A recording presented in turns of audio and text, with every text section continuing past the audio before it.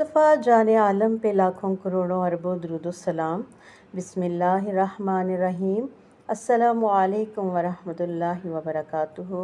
मेरी प्यारी इस्लामी बहनों और भाइयों, अल्लाह ताला हमें उम्मत मोहम्मदिया सल्लल्लाहु अलैहि वसल्लम की ज़िम्मेदारियों को समझने, नेकी फैलाने, बुराई से बचने और अपने ईमान को मजबूत रखने की तौफीक अता फ़रमाए, आमीन। आइए आज हम सूरह आल इमरान की आयत नंबर 110 का तर्जुमा सुनते हैं। तर्जुमा: तुम बेहतरीन उम्मत हो जो लोगों की भलाई के लिए पैदा की गई है।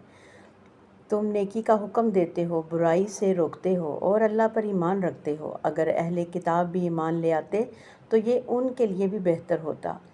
इनमें कुछ ईमान वाले भी हैं लेकिन उनकी अक्सरियत नाफरमान है। तफसीर: अल्लाह ताला ने उम्मत मोहम्मदिया सल्लल्लाहु अलैहि वसल्लम को बेहतरीन उम्मत का शर्फ अता फरमाया, लेकिन ये फजीलत सिर्फ नाम की वजह से नहीं बल्कि उनकी सिफ़ात की वजह से है।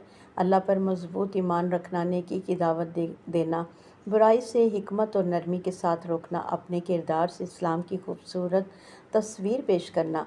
अगर मुसलमान खुद इन सिफ़ात को छोड़ दे तो वो इस अजीम ज़िम्मेदारी को पूरा नहीं कर सकते। बेहतरीन मुसलमान वो है जिसके इखलाक, किरदार और अमल से दूसरे लोग भी अल्लाह के करीब आएँ, आमीन। हदीस मुबारका: रसूलुल्लाह सल्लल्लाहु अलैहि वसल्लम ने फरमाया, तुम में से सबसे बेहतर वो है जिसके इखलाक सबसे अच्छे हैं। सही बुखारी। हमारे लिए सबक है कि बेहतरीन उम्मत बनने के लिए बेहतरीन किरदार ज़रूरी है। नेकी की दावत पहले अपने अमल से देनी चाहिए। बुराई से नफ़रत करें मगर लोगों के साथ नरमी और खैरख्वाही का मामला रखें। ईमान, इखलाक और खिदमत खल्क़ एक सच्चे मुसलमान की पहचान है। दुआ है रब्बे ज़ुल जलाल से, या अल्लाह हमें अपनी बेहतरीन उम्मत की शायान शान ज़िंदगी गुजारने की तौफ़ीक अता फ़रमा।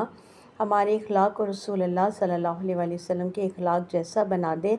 हमें नेकी फैलाने और बुराई से बचने वाला बना दे और हमारे ज़रिए लोगों को हिदायत अता फ़रमा, आमीन या रब्बुल आलमीन।